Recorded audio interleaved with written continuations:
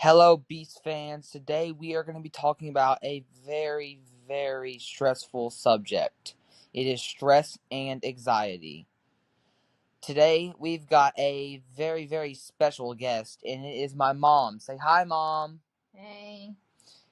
Today we are going to be talking about some personal experiences that we've had in our lives, and we are going to be just guiding you through the stress and anxiety road and just how to overcome it. Or One how we feel like we can overcome come it. One of my experiences is that when I was say 7, wouldn't you say, For what? for school shooting? Mm-mm. You were 10. I was 10. I was 10 when I was in a school shooting and my best friend's brother got shot. And he was really devastated and he got really depressed and just cut me off. Never heard from him again. But it really triggered something in me, I feel. Like, it just made me very scared of big spaces. This is why I don't get out much. But Crowded places. in crowded places, but I've learned how to somewhat overcome it. I have One of my tricks is putting on earphones and listening to music. And that's really, really helpful sometimes is when I feel really stressed out and depressed. I put on some very happy music and some Christian music, and that just helps me get through my day. What is one of your tricks, Mom? One of my tricks is getting to a small, quiet place and breathing through it. I call it the 555. You breathe in for a count of 5. You hold it for a count of 5, and then you breathe out for a count of 5, and you do this 5 times. That is also one of my tricks that my mom has taught me. And also another good habit you can do when you feel like just you are so depressed that you just don't want to do anything. Origami. Origami is one of my go-to things to do sometimes too. I'll make origami like butterflies and origami paper planes and origami, just a bunch of origami things. So you do this when you're depressed, or you do this when you're having an anxiety attack? I usually do it when I have anxiety attacks. It's just a calmful thing to do. A calmful thing to do. I like to color whenever I'm having a anxiety attack that is not controlled by my breathing. And sometimes I do both at the same time. It's also really helpful, really, really helpful, just to fidget with something. Like get a fidget ring or something like that, or get a cube and just like solve the cube or do some puzzles. That's what I do sometimes. I'll play chess or something like that to get my mind off of things. Or I'm really into video games, so that will be another subject we talk about later on in our podcast. But video games are also something that I like to do. I play just a few popular games like COD and Minecraft and all that, but we'll get into that later. That helps me get through stress and anxiety and sometimes depression. Um, I would not advise playing very, very gory games and very horror games, because those tend to get me down and depressed. Those games trigger fear modules in your brain, and they just make you see things that is just horrible, and it just makes you just want to shut down and not want to go outside and just do nothing. Well, the thing is with teenagers nowadays, even with young adults or older adults back in the day, talking about mental illnesses like anxiety, depression, panic, uh, bipolar, schizophrenia. What are some other ones? Trying to think. Multiple personality disorder or borderline personality disorder. Disorder. People, they don't like to talk about these things. And honestly, it's the main thing that needs to be talked about, because I feel like if it was talked about more, you wouldn't have so many Thoughts. so many no, you wouldn't have so much suicide in teenagers and Young young adults. adults, because you're able to talk about it freely, just with nobody making you feel ashamed of who you are, what you are, and how your mind works. Another way to, if you're a Christian, another way to get out of the anxiety and panic that you may be in at that moment is to open up your Bible and read a good chapter that my husband said was James chapter 1. It is a really good book of the Bible chapter that talks about God and Jesus just being there. Um, if you're a Christian, or if you're just getting to know God or Jesus, I encourage you to pick up your Bible whenever you're having those moments, or even when you're not having any kind of moment at all, and just open it up to James chapter 1 and read it. That's a really good chapter in the Bible.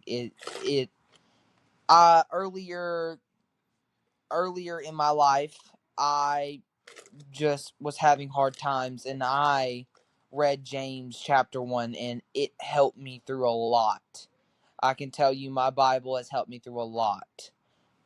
And even if you don't know him yet, he's a good person to get to know, get to trust, even get to talk to every day. It's just so helpful. You can just drop off all your worries with him, and he will hold them for you, and he will take those chains off of you. Even when you feel, and I know not a lot of people love this word, but when you feel suicidal, it helps to know that there's other people out there like you in this place, and you're not alone. And there's people that do love you, that do know you, that would love to get to know you. And I know some people are introverts and they don't like to get out or do any of that, but there is other ways to get out where you don't have to meet people. You can just get to know them. You can go on like online Zoom calls, and you can even come on our podcast and just Well, that's meeting them. you don't have to get in person with them if you don't feel comfortable. If you don't feel comfortable, like sometimes I don't feel comfortable getting out with people that I don't know. I don't open up. But once I get to know them, I start opening up a little bit. It's just easier to know when you do feel suicidal that there is other people out there like you that are in the same place or even worse. And I encourage you to, when you feel that way, to call someone and just reach out for help. Help will help you so much. Help is on the way, friend. Help is on the way, just like Miss Doubtfire said. Help is on the way. When you call a very trustworthy friend, like I have, they can help you so much. Or even reach out to a parent. They will help you get the help you need, even if it is medication. Sometimes people with mental illnesses, as simple, or not really simple, but people say simple. And I know it's not simple because I have anxiety and I have panic myself. But with anxiety and panic attacks, sometimes they don't feel comfortable reaching out to uh, their parents. Um, and so they don't know who to confide in. But I encourage you, if you're the type of person that needs to reach out to a friend, another family member, your parents, um, somebody you go to church with, or even somebody that you don't know, if you reach out to them and you talk to them, you'll feel better. I think it's just so much easier. Well, it's not really even easy. It's the hardest part. It is the hardest part you'll ever go through to reach out. Because you're afraid that you'll get judged, and you're afraid that even if you're a woman or a man, it's really hard for men and for young men to reach out because they're afraid they'll get judged for being a wimp or being not a man. Like, they'll be called not a man. I know that's happened to me a few times where I've been called a wimp or not a man, or being just downright not even being your gender. It's not the fact that we're trying to not be our gender, it's the fact that we're trying to reach out so we don't go to a place we don't want to go to. Reaching for help is probably the best thing I ever did. It may have been the hardest thing I ever did, but it is the best thing I ever made a choice for. And it was to my mom and to my best friend. I have two best friends, which is very weird, but I reached out to both of them and they helped me through it, and they got me to tell my mom, and my mom got me the help I needed, and she is such a good mom for doing that. What do you got to say, Mom? Nothing, I'm done. No, you can't be done. But I think that people with disorders with stress and anxiety, which I am a person who has that. I have stress, anxiety, depression, PTSD. I mean, anything you think of the book, yeah, I basically have. I'm not saying I want that, but I basically have it. What I have to say is, in conclusion of everything that I have to say, if you can't confide in your mom or your dad or the both of them, please confide in somebody to help you through what you're going through, because you're not alone. There's a lot more people out there than you know that is suffering from the same thing or even worse. And I think that with a person that has it, I think that most people that have the thing that I have are very scared of people. And I'm just gonna say it. No. I'm not gonna say it, but I think a lot of people that have disabilities are scared to say it because they're scared that they're gonna get judged and persecuted and everything else.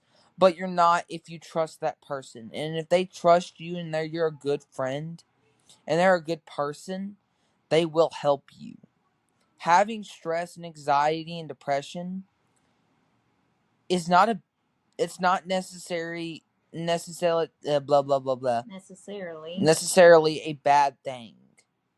It's just a thing that you got to work on, and You have to make a decision you have to make a decision to go to let it control you or you control it. exactly. It's mind over matter. It's just a way to you look at a life a different way than other people. It makes you special. I would say it makes you that you think of life as a different way. It just makes you more careful. Want to wrap it up? No, you're doing good. You go ahead and do it. I think that to another way that helps me, I like to go on a walk or exercise. Exercising helps me just not think of it, or it helps me burn all the anger and anxiety I've got out of myself. Or even going outside and punching something. Something that is not a wall that you won't get in trouble for. And don't hurt yourself like by doing it. Go get like a soft object and just punch it multiple times. And it Get will a pillow and just scream. just get a pillow and scream at it as loud as you can, or go to like a rec room and just pay a little bit and wreck some stuff, or go to your mom and ask, "Hey, mom, is there anything that you don't want anymore?" Grab it, say, "Mom, can I break this?" Go outside and break it, and just get all your anger out with that. Or go, if you like sports, go play a sport that you love, like football. I used to play football when I was really angry. It was usually on game nights. It was probably because of one person that really made me mad, and I would so take it out on the person that was right in front of me. I would tackle them down. It is such a good sport to get into, to if you really really just have like very bad anger issues. It's like, just like tackle them and put them on the ground. And I think that is good for today, guys. I hope y'all have a great weekend. Beast Boy out.